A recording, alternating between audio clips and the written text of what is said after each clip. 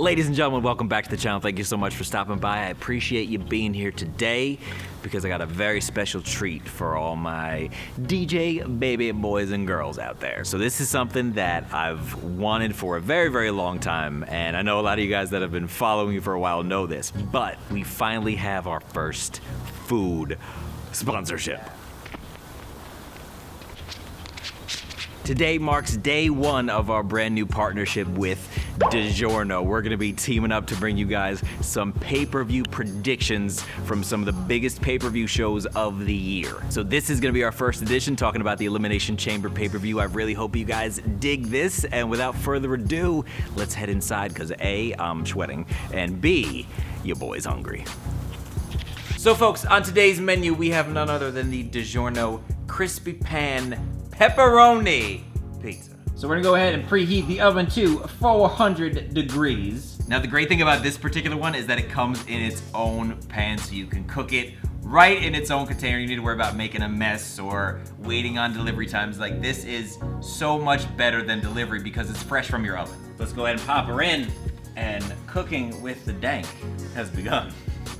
Bam! 23 minutes, we're ready to go. Let's talk about some wrestling. Okay, let's get down to business. Let's talk about this Elimination Chamber pay-per-view this Sunday. We're gonna talk about the two main chamber matches themselves, the women's chamber match for the first time ever, and also for the first time ever, a 7-person Elimination Chamber match. This sounds like it's gonna be a pretty crazy pay-per-view. So in the Raw Women's Elimination Chamber match, of course, we have champion Alexa Bliss, Sasha Banks, Bayley, Sonya Deville, Mandy Rose, and Mickie James. Now, this is kind of one of those situations where really anything can happen. It seems like for about as long as Alexa Bliss has been on the roster, she has basically been champion. It's been very, very hard to take that crown away from her. But I feel like if it's gonna happen, it's not gonna happen at the Elimination Chamber. So I predict that Alexa Bliss will retain her women's championship inside that Elimination Chamber. Now, there are a lot of course, little mini storylines going on in the match itself. Alexa and Mickie James have had their back and forth. We all know the history with Sasha and Bayley. And of course, with Sonya and Mandy on the same team, it could be a situation where partners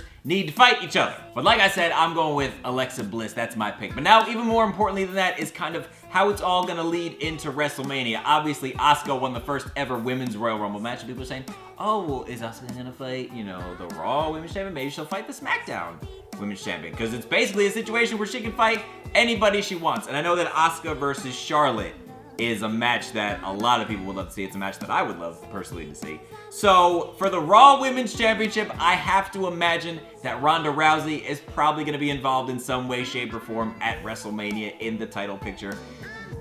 In my opinion, you don't really bring in someone like Ronda and not kind of put her at the top right away. That's just my personal opinion. So I have a feeling WrestleMania, we might get a combination of Ronda, maybe Nia Jax, and Alexa Bliss, something like that. But I feel like either way, I'm excited about the direction that the women's division has been going in. Just within the past year, we've had the ladder match, the first ever women's Royal Rumble match, now the first ever women's Elimination Chamber match. So the strides that the women in professional wrestling are making are pretty amazing, and I'm excited to see what goes down on Sunday. Now, on top of that, we ain't done yet, folks. We have the 7-man Elimination Chamber match to determine who will face Brock Lesnar at WrestleMania. The participants are as follows: John Cena, The Miz, Elias, that's 3.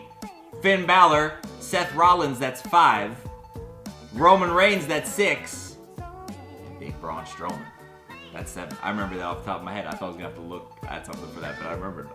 Good job. Now, it is no secret that your boy is a bit of a Braun Strowman fan, okay? I very much appreciate what this man is doing. He played a giant cello, and he broke it. It was great. It was the coolest thing I've seen in a very long time. It's also no secret that I'm a fan of Finn Balor. Appreciate that man quite a bit. What about Roman Reigns and Seth Rollins? Hey, both very possible possibilities to face Brock Lesnar at WrestleMania. Sure, it could happen. Miz, Elias? Maybe not. Then there's John Cena. Who freaking knows? Let me kick it off with my predictions real quick. Let me get that out of the way so we can discuss the implications here. Okay. Everybody is saying it's going to be Roman Reigns. Everybody's saying it's going to be Roman. Of course, they want Brock versus Roman, the rematch twice in a lifetime. What, the third or fourth time by now, I think? I don't even know. I'm going to go ahead and say that's not going to happen. Oh, you heard it here first, folks. If I'm a betting man, I said this in my Royal Rumble prediction video, by the way. If I'm a betting man, it's a pretty safe bet to put your money on Roman Reigns.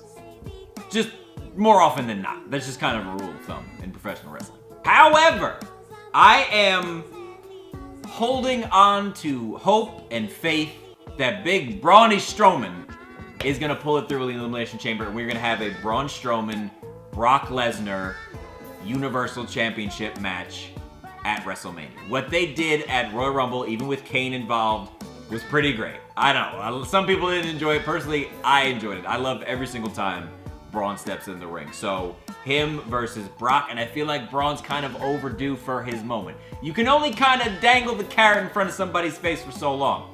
After a while, fans are gonna get sick of it. So you kind of gotta pull the trigger on Big Brawny one way or another, and I think it needs to happen right now. The question is, what do you do with everybody else in the Elimination Chamber? That's a great question. I'm glad you asked that. Well, it's pretty much looking like John Cena versus The Undertaker is gonna be a lock this year. So that's a match that, is it a couple years too late? Probably, but I'm still pretty excited to see it. Then Chris, what do you do about Roman Reigns? There's a lot of directions that you can take Roman Reigns, and hell, he just had the Intercontinental title feud with The Miz. Take The Miz, take Roman Reigns, take Finn Balor, take Seth Rollins. That's a hell of a fatal 4-way Intercontinental Championship match, if you do ask me. And Elias in there, fatal 5-way. Hey, they all got something cool going on. You know what I mean? So, I don't really want people to use the excuse, well, what else is Roman gonna do? If he doesn't fight Brock, what else is he gonna do? You know, I feel like there are plenty of opportunities to put all 7 of these guys in really great matches for WrestleMania. So hopefully over the coming weeks, we kind of get a better look at how WrestleMania is gonna play out, and by golly gee gosh darn it, I hope the Big Brawny is at the top of that list. So now I need you guys to do 2 things. Number 1, leave your predictions down in the comment section below. Let me know what you're thinking about the WWE Elimination Chamber pay-per-view. And number 2, hit that thumbs up button as hard as you possibly can if you're excited about this new merging with your boy and DiGiorno. I'm very excited about it. Hopefully you guys are as well. But now I've been rambling long enough, so it's time for some pizza. Let's go. Woo, that bad boy is ready to come out. Look at that, fresh, piping hot. Oh my goodness. Pan pizza is actually my favorite pizza, so this worked out pretty well, if you ask me. Fresh food, pan pizza.